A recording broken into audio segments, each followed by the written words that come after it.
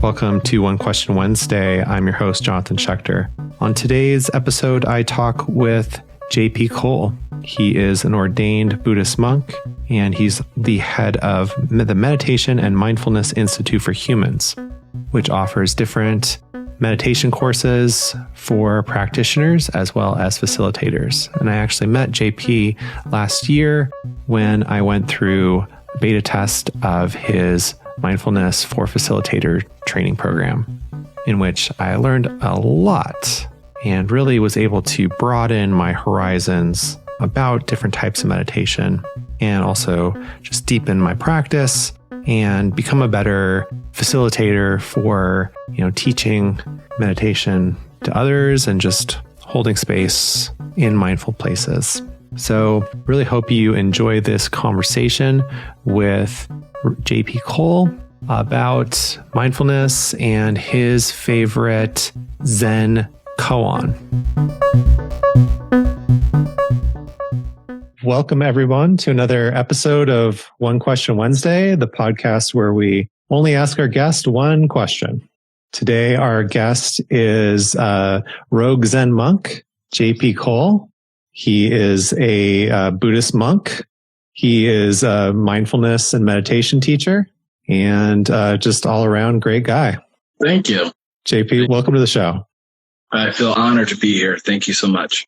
Awesome. Well, I met you last year in your inaugural course for...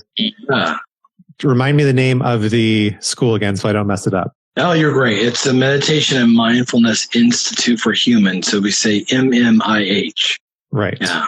Yeah. So one of the things that I really liked about JP's program is, in addition to going over mindfulness and different types of meditation, you really incorporated your own style where you have the Zen kind of teaching stories, the koans.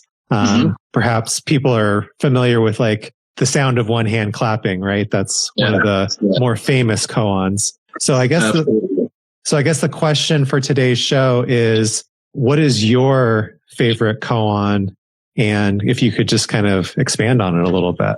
Yeah, absolutely. There's several koans that I really love, but there is one in particular that I really feel represents why we meditate and why we focus on mindfulness. Some of you may have heard of this short story koan before. This is when there's a samurai, this great samurai had been known throughout the kingdom for how valiant, strong, wonderful he is. He approached a monk and he asked the monk boldly, "Is there heaven and hell?" So the monk looked up at him and said, "Who are you?" He said, "Well, I am one of the greatest samurais in the kingdom. And I've asked you a question. Is there heaven or hell?" And the monk looked at him again. He's like, "You don't look so tough to me. You're probably not even that strong." And as he was talking to the samurai started to get angry. He goes, "You probably don't even know how to use that sword. You probably have never done anything with it. You're not even worth my time." So the samurai is fueled with anger at this point and drew his sword. And he drew it and he's about to stab the monk. Just then, the monk looked at him and said, "That is hell." The samurai fell. He couldn't believe how angry he became and how he was just about to kill this monk from his anger. And then after a moment, that anger started to wash away. And the monk was telling him that, "I forgive you. It's no problem." And the samurai smiled. And the monk told him, "That is heaven." So the meaning behind just that short little story of koan is how much we really decide and can control our emotions and how we feel and how we respond to things, and how a mindfulness and meditative practice can lead us on that path. We're not looking for perfection. We're humans, right? but to at least practice. So in those moments where you may be fueled with anger, your mindfulness and your practice can allow you to embrace those feelings, observe them, and be able to let them dissipate, let them go. And the thing that I love about this story too, why it's one of my favorites, because it really defines that we do create our heaven and hell, right? We create it. We have control, or we create that. So how do we want to live our lives? How do we want to experience this life that we have, this, no matter what your beliefs are, this one chance we have, right?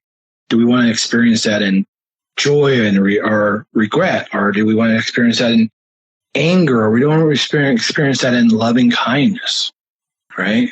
So this story wraps all that into one. That's why it's one of my favorite stories. Quick, to the point, and such a significant meaning to it, and how powerful your mind and all the stories it creates is, right? Yes, definitely. Like our mind is creating everything. I read something recently. It said, we've never lived outside of our own heads, not for 1 second. That's right. And that's absolutely right. I think it's something that we tend to forget, that, not only are we living in our own head, but there's nobody else exactly in the same head. We're all kind of living in these little bubbles, assuming that we're all sharing one consciousness. In reality, we're all seeing and perceiving and experiencing everything completely differently. Absolutely. That is perfect the way you said that. I mean, our minds are just constantly running simulations. And many times those simulations that it's running are not even true. And then sometimes we're reacting off that simulation that we ran, and it's not even real. That's where meditation, mindfulness that, that you do so well. And just, I hope everyone who's watching this develops that practice, because it's really about slowing that down so you can balance without going too in depth and, neuroscience, but that left brain and right brain, right? Really to balance that out. So we're not just living in this illusion that our minds have created, right? It's fascinating the more that you get in touch with all the emotions and the feelings that are inhabited in this body, right? That's really what it is, just a body. But, yeah.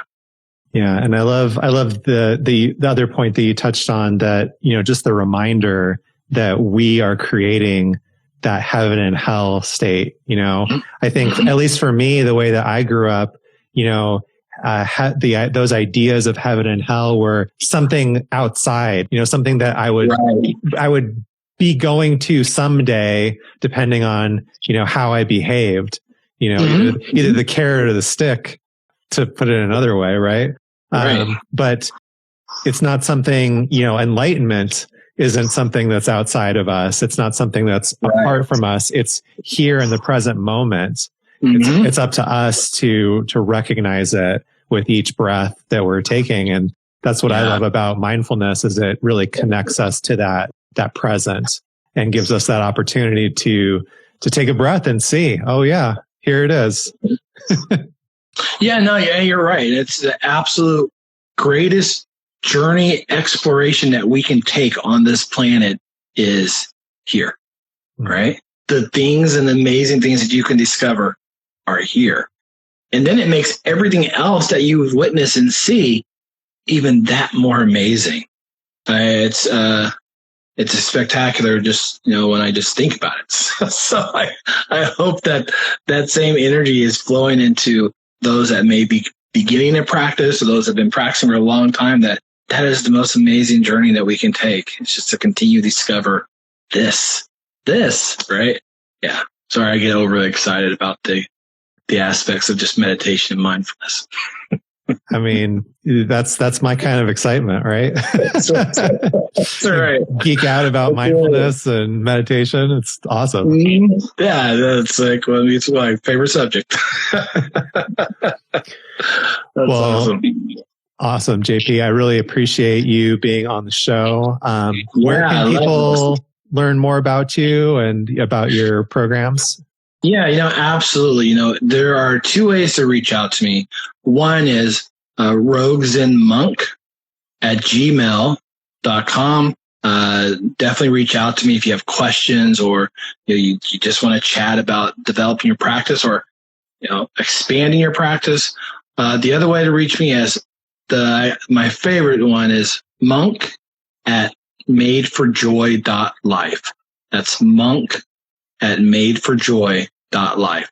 So, and also friend me on Facebook if you like. I do meditations each Sunday. They're live. You're welcome to check that out as well. That's 9:30 Pacific time. But yeah, anywhere, those are spaces to find me. Other than that, you'll probably see me wandering around somewhere.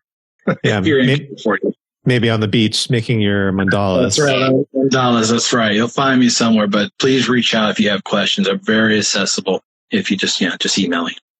Awesome. Well, thank you so much for your time, JP. It was a pleasure to have you on One Question Wednesday. And thanks to everybody that tuned in and watching this on the replay. Until next week, friends, take care. Thank you. You take care. Bye. Thanks for checking out this episode of One Question Wednesday. I hope that not only you enjoyed it, but that you feel inspired to go and practice, go meditate, do some breath work, take an ice bath, or that you feel curious about adding a new practice to your self-development and transformation work. As always, if you can follow, subscribe the podcast on whatever platform you're listening to it on, that really helps. Just making that or adding a review really helps push the show up in the algorithm. And also follow me on Instagram @Blue Magic Alchemy, all one word. And if you're interested in learning more about breathwork, or you'd like support integrating or preparing for self-development and transformational work, reach out to me at bluemagicalchemy@gmail.com or on Instagram to set up a discovery call for integration coaching. Until next time, thank you, be well, and keep practicing.